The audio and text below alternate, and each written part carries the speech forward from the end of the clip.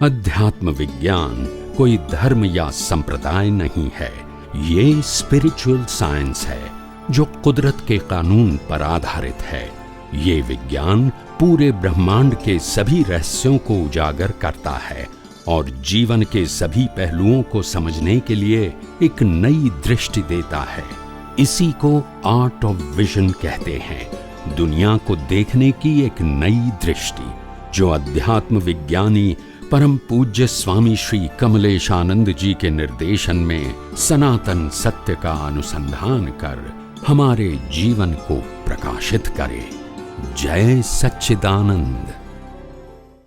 अनेक बार मैं कीधुं छे कि आ शास्त्रो बधा बिन अनुभवीओए लखेला छे। कीधुं छे के नथी कीधुं? पण सारा आशयथी लखाया छे। कया आशयथी? Intention is good but without experience.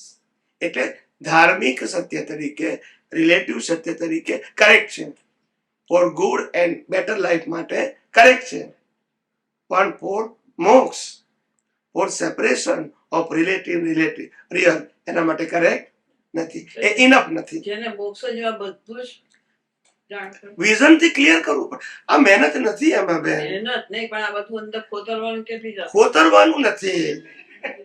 જો હું તમને સમજાવું, ખોતરવાનું નથી એટલે શું અને ખોતરવાનું છે એટલે શું, એક સમજાવું તમને પહેલા। આપણે $10 મિલિયન ની લોન લીધી હોય તો પેમેન્ટ કેટલું કરવું પડે? 10 મિલિયન પ્લસ ઇન્ટરેસ્ટ। અને લાખ, ખાલી સાદી ભાષામાં કહું છું, અને લાખનું લીધું હોત તો, અને 1000 નું લીધું હોત તો, ના લીધું હોત તો, બોલો। હવે આના ઉપરથી એ કહું છું, જેટલા અજ્ઞાનના વ્યૂ પોઈન્ટ છે તમારે ઝીરો કરવા પડશે। એની પાછળ યુનિવર્સલ, બહાર રિલેટિવ સત્ય છે, એની વચ્ચે વિઝન છે। હવે આ સાઈડ છે, પેલી સાઈડ છે, બસ। તો કેવળ જ્ઞાનીઓ જે થઈ જાય, જે બોલતા જ નથી અને બધું જ ખુલ્લું થઈ ગયું, તો કેવળ જ્ઞાની કહેવાય। બસ કહેવાય। અમે ક્યારે થઈશું? આપણે વિચારવાનું નહીં, વિચારો તો ગાડા થઈ જશું। આપણે એમ કહેવાનું હું કેવળ જ્ઞાન સ્વરૂપ છું, આવરણ જ બાકી છે, બસ। પાછું કરવા જશું તો લોડ પડશે પાછો। ના કરવાનું નહીં, પણ ડીપ થિંકિંગ એન્ડ ચિંતન, ચિંતન મનન કરો, લોડેડ ના બનાવો, એને ડિફિકલ્ટ ના બનાવો। લોકોને એવી ફિટ બેસી ગયું છે કે મુક્તિનો માર્ગ અઘરો અઘરો અઘરો છે અને સમજાય એવોય નથી, માટે ધર્મગુરુ તો વાત જ કરતા નથી। એના કરતા આપણે પાપ પુણ્યની વાત કરવી કે સમજાય। ગુહ્ય જ્ઞાન છે, ઝીણી વાતો છે, હવે સમજાય, પણ ગુહ્ય જ્ઞાન easy ત્યારે બને the person they have experience, otherwise it is a very difficult and difficult, it is not a words। મેં અનેક વખત કીધું છે, science is not a words, શબ્દ નથી, અનુભૂતિ છે। એક્સપ્લેનેશન માં વર્ડ્સ આવે છે, અનુભૂતિમાં શબ્દ। કેવળ જ્ઞાનમાં મને આખું બ્રહ્માંડ દેખાય, એ કે શબ્દ છે? એ કોઈ ક્રિયા છે? It's a realization, it's a open છે, એ જ દેખાય છે, હું ઊભું કરતો નથી। અને કોઈ પૂછે તારે મારે બોલવાનું છે, ના પૂછે તો દેખાય તો છે।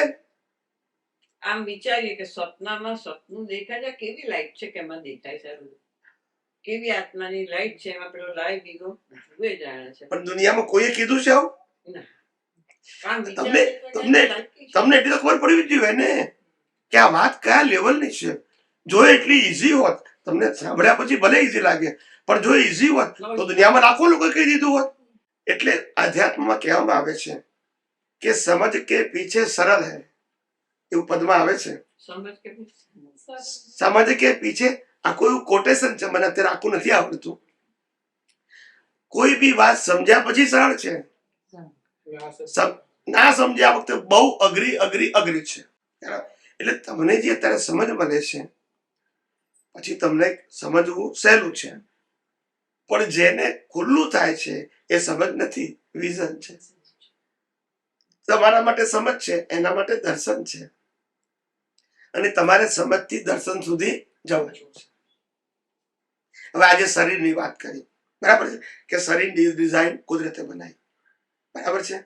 પંચ મહાભૂતનું શરીર કુદરતનું છે, જીવતો રાખવા માટે હવા પાણી ખોરાક પણ કુદરત આપે છે, એને પચાવીને લોહી બનાવી અને 24 કલાક શરીરમાં પહોંચાડવાનું કામ પણ કુદરત કરે છે, માટે કુદરતી રીતના છે। આવું મેં કીધું પહેલી વખત દુનિયા, બરાબર છે, પણ આ નવી વસ્તુ થોડી છે।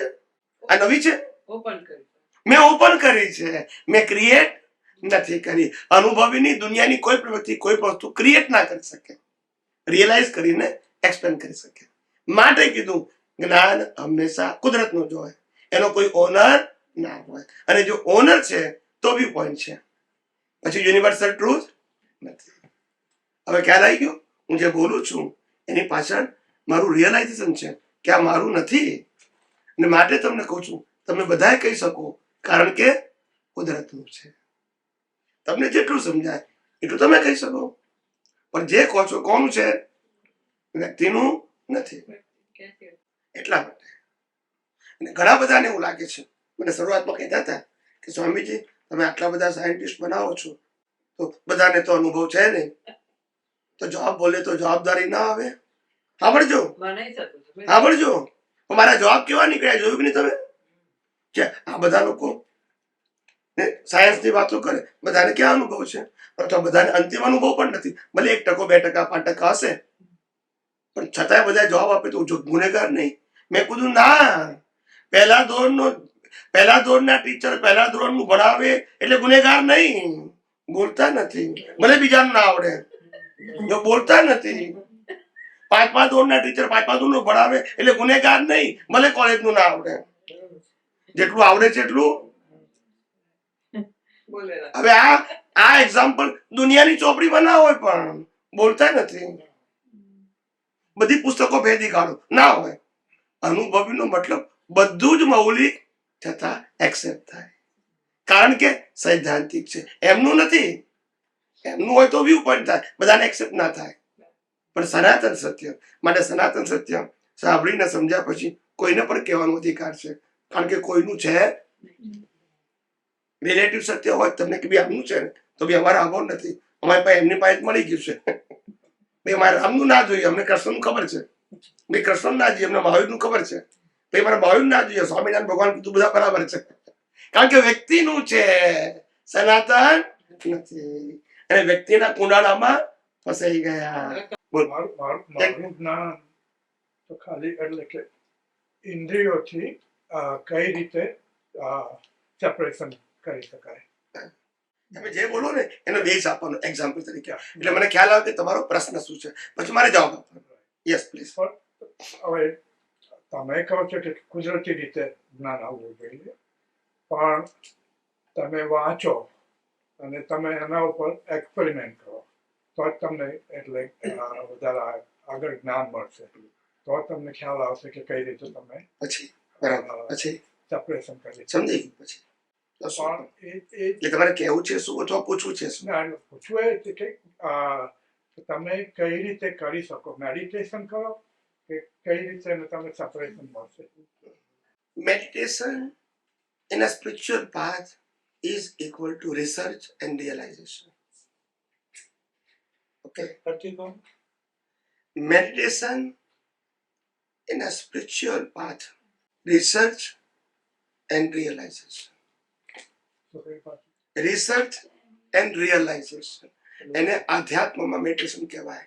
પણ આંખો બંધ કરી અને દુનિયા ભૂલી જવી, ઇન્દ્રિય જ્ઞાનને ભૂલી જવું, શરીરને ભૂલી જવું, એને લૌકિક મેડિટેશન કહેવાય.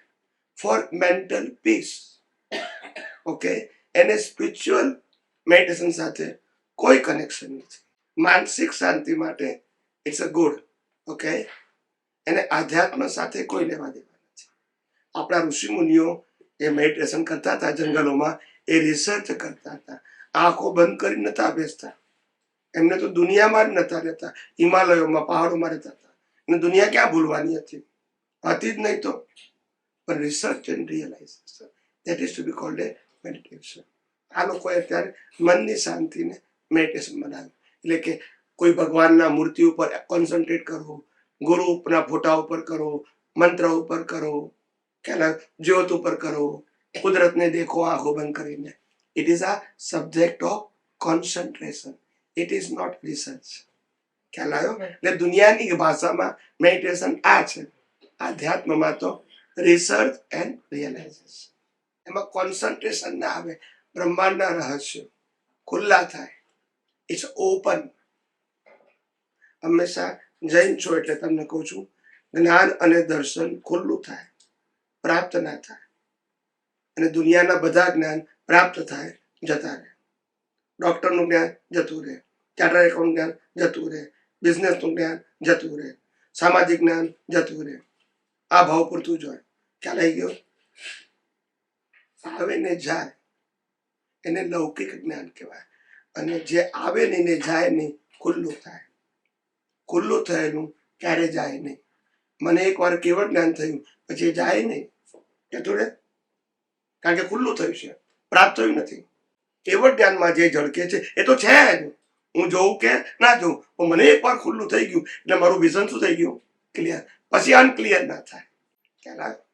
It is to be called as spiritual development. It's not subject of knowledge or exercise. It is a matter of experiment and realization. I agree. That's it. તમે સ્પિરિચ્યુઅલ રિયલાઇઝેશન કરો, પણ એની જે પ્રોસેસ જે છે એ હજુ, એટલે હું પોતે નથી માનતો કે મને ખબર છે. એ તો ના જોઈએ ને, પણ તો હવે એને એ ખબર પાડવા માટે તો અનુભવી જ્ઞાનીની જરૂર છે. આપણે તીર્થંકર પાસે જઈએ, એક મિનિટ, આપણે તીર્થંકર પાસે જે દાખલો આપું છું ખાલી, આપણે તીર્થંકર પાસે જઈએ, પછી આપણે કે કેવળ જ્ઞાન શું છે એ તો ડેફિનેશન ખબર છે, પણ કેવળ જ્ઞાનનો રસ્તો ખબર નથી, માટે તો જઈએ જ ત્યાં આગળ. ખબર તો જઈએ જ નહીં આપણે. જે ખબર છે માટે જઈએ છે એ તો પ્રશ્ન નથી. ખબર નથી માટે જઈએ છે. કેવળ જ્ઞાન શું છે ખબર છે આપણને, પણ કેવળ જ્ઞાન પ્રાપ્ત કરવાનું જે પ્રોસેસ છે એ આપણને ખબર નથી, માટે આપણે તીર્થંકર પાસે જઈએ. યસ કે નો? ખબર હતું શું કામ જઈએ? બરાબર. એટલે તમને ખબર નથી એ ક્વેશ્ચન જ નથી. It is fact. અને માટે તમે આવ્યા છો સમજવા માટે. કરેક્ટ? This is okay. એમાં કોઈ ક્વેરી નથી. દરેકને એવું હોય. અમને પણ જે અમારી અનુભૂતિ છે એ અમારું અત્યારે રેડીમેડ છે, લઈને આવ્યા છે. પણ જે અનુભૂતિ નથી, જે અનુભૂતિ છે એ તો પરમેનન્ટ છે, એમાંથી માઇનસ નહીં થાય. પણ જે અનુભૂતિ નથી એમાં અમારે પણ અવેરનેસ જોઈએ. દર્શન સંપૂર્ણ નથી, કેવળ દર્શન છે અપૂર્ણ. ખ્યાલ આવ્યો? ને જેટલું છે એ ક્યારેય ઇરેઝ નહીં થાય, પણ જે નથી એના માટે અમારે પુરુષાર્થ કરવો પડે. અપ ટુ સંપૂર્ણ કેવળ દર્શન 360 ડિગ્રી. કેવળ દર્શન. આત્મા કેવળ જ્ઞાન સ્વરૂપ છે, કેવળ દર્શન સ્વરૂપ નહીં. અને કેવળ દર્શન દ્રષ્ટિને થાય, આત્માને નહીં, આત્માની હાજરીમાં. આ બધું સમજવું પડે. દ્રષ્ટિ માટે કેવળ દર્શન છે. કેમ? તો કે દ્રષ્ટિ શૂન્ય થઈ જાય, પછી આત્મા તો છે, એ તો કેવળ જ્ઞાન સ્વરૂપ છે, એને કેવળ જ્ઞાન વાળું બનાવવાનો નથી. પણ દ્રષ્ટિ કેવળ દર્શન સ્વરૂપ નથી. આ રિલેટિવ સત્યની વેલ્યુ કરે છે. યસ કે નો? શાની વેલ્યુ કરે છે? રિલેટિવ. શરીર સહિત રિલેટિવ સત્યની વેલ્યુ કરે છે. હાલાકી રિલેટિવ સત્ય બધું કોનું છે? કુદરતનું. માટે જોવાનું શું છે? કુદરતી. અને હું કુદરતી રચનાથી મુક્ત એવો શુદ્ધાત્મા છું. શુદ્ધાત્માને કુદરતી રચના સિવાય ત્રીજી કોઈ વસ્તુ નથી. પણ જ્યાં સુધી 100% બ્રહ્માંડની બધી અવસ્થાઓ, મન વચન કાયની બધી અવસ્થાઓ, ઇન્દ્રિયની અનુભવાતી બધી અવસ્થાઓ કુદરતી રચના નહીં દેખાય ત્યાં સુધી કેવળ દર્શન. કેવળ દર્શન એ ફર્સ્ટ થાય અને કેવળ જ્ઞાન એ અલ્ટિમેટ થાય. કેવળ દર્શન વગર કોઈને કેવળ જ્ઞાન. યસ કે નો? આપણે જ્ઞાનથી અનુભૂતિ થાય અને ભક્તિથી થાય. ભક્તિ શબ્દ ઇઝ કરેક્ટ, પણ ભક્તિ શું, કોણ અને કોની? That is important. ભક્તિ, હે? ભક્તિ એટલે ભક્તિ. એટલે માટે કીધું કે કોઈ રામની ભક્તિ કરે, કોઈ કૃષ્ણની, કોઈ મહાવીરની કરે, એની સાથે આધ્યાત્મ માર્ગને કોઈ લેવા દેવા નથી. ભક્તિથી અનુભવી ના કોઈ લેવા દેવા નહીં. તો જ્ઞાનથી ખરું. ભક્તિ શબ્દ સાચો છે, એટલે તો મેં કીધું ભક્તિ શબ્દની આપણે ડેફિનેશન આત્માની અનુભૂતિ માટે ખબર છે નહીં. આપણે ભક્તિ શબ્દને રિલેટિવ ટર્મ્સમાં જાણીએ છીએ. આમની ભક્તિ કરો, આમની કરો, આમની કરો, આમની કરો, એવું જાણીએ છીએ. ગીતામાં તો લખેલું છે કે ભક્તિ કરો કે જ્ઞાન કરો તો તમારો માર્ગ ભગવાન સુધી પહોંચે છે. એટલા માટે ગીતામાં લખ્યું છે એનો સાર આપણને ખબર નથી. બાકી તો ગીતા સમજાવનારા પણ મોક્ષે જતા એક સાર ગીતા સમજનારા નહીં, સમજાવનારા પણ અજ્ઞાની છે. કારણ કે એને શબ્દ અને શબ્દનો અર્થ ખબર છે, મર્મ ખબર નથી. એટલે આજે એ પણ કે છે કે અમે તો જે અમે સમજીએ છીએ એ તમને સમજાવીએ છીએ, પણ અમે અલ્ટિમેટ સમજીએ છીએ એવું અમે પણ કહી શકતા નથી. કારણ કે અમારા વિઝનની ક્લેરિટી નથી. પણ બુદ્ધિથી જેટલું સમજાય છે એટલું તમને સમજાવીએ છીએ. અનુભૂતિ તો એમને પણ નથી, અને અનુભૂતિ ઇઝ અ અલ્ટિમેટ, અને બુદ્ધિ ગીતા ઇઝ અ એમ કહે છે કે ગીતા એ કષ્ટ પોતે કહે છે, ભગવાન પોતે એ કહે છે, અને એનો બોલો. બોધ પાત્ર છે, બોધને આપે છે હું ભગવાન પોતે. હું સમજી ગયો. પહેલી વસ્તુ એ છે કે ગીતા એ પહેલી વસ્તુ એ કે કોઈ પણ પુસ્તક મૂળ પુરુષો ક્યારે લખે નહીં. રામે રામાયણ લખી નથી, કૃષ્ણએ મહાભારત કે ગીતા લખી નથી, મહાવીરે આગમ લખ્યા નથી, ને શિવે વેદા એક ગીતા લખેલી છે પૂરું તો કરો, પહેલા પૂરું તો થવા દો. તમને પ્રશ્ન પૂછવા તો ટાઈમ આપું છું ને, મારો આન્સર તો પૂરો થવા દો. શિવે વેદાંત લખ્યા નથી, પણ મહાપુરુષોએ જરૂર લખ્યા છે, મૂળ પુરુષે નથી લખ્યા. હવે ક્યાં લઈ ગયો? જેમ દાદા ભગવાનની આપતવાણી દાદા ભગવાને લખી નથી. હમણાંનો દાખલો જીવતો, બરાબર છે, બસ.